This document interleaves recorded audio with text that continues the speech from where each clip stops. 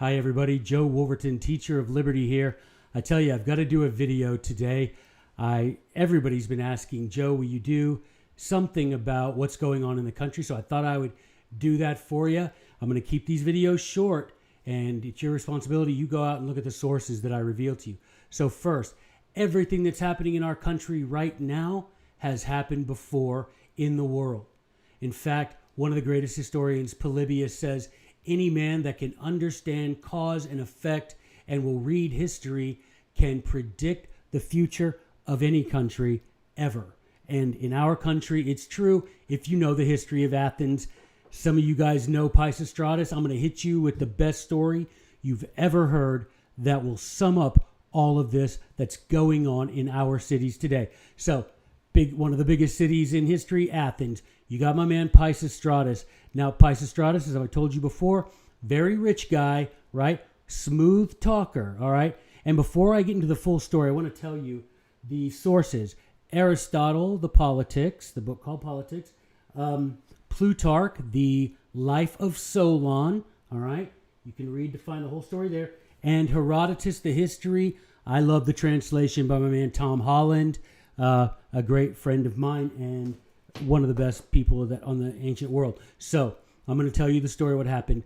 Solon creates the constitution for Athens. Solon says, I'm going away because I want to see if the people of Athens will follow the constitution when I'm not around. He leaves. A man named Pisistratus, the people of Athens divided into three parties. Men of the hills, which are the poor people, the people who have no political power at all, have no property. They live in the hills. The men of the coast, who are men who live on the coast, cleverly enough, who live on the coast, and they've just achieved some political power because they've become wealthy through trade. Okay, and the final party, the men of the plains.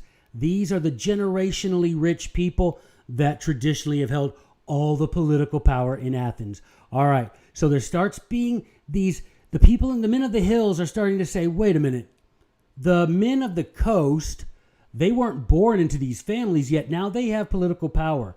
And the men of the coast saying, yeah, but we have property and you don't. And you shouldn't have because you're slaves and you've always been poor and so you don't deserve power. And the men of the hills like, yeah, but there's more of us than there are of you. Well, you notice who's not talking in all of this, right? The men of the plains.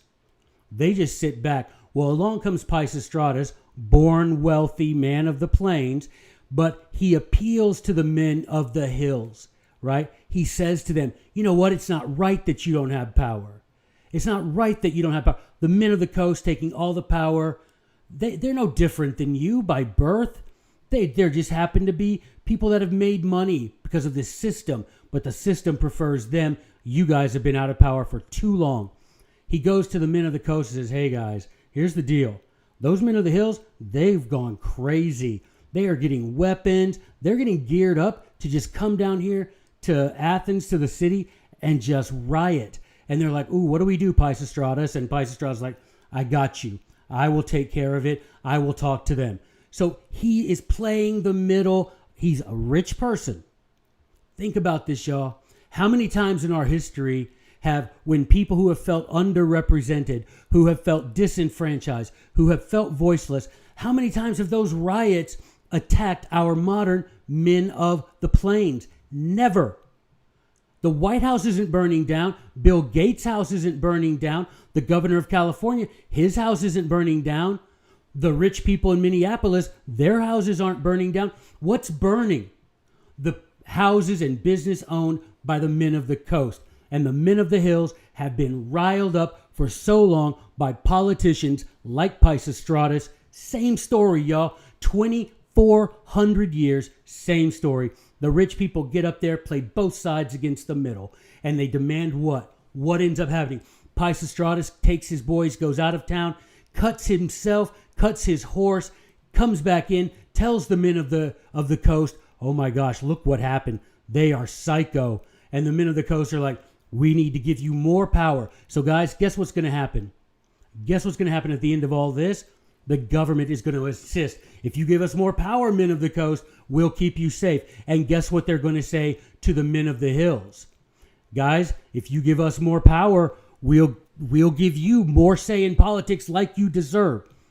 But never now, never in 2,300 years ago, and never in 2,300 years from now do the property of the men of the plains ever get harmed. Why? Jesus Christ himself said it. A house divided against itself cannot stand. Do you understand? If you have ears to hear, hear.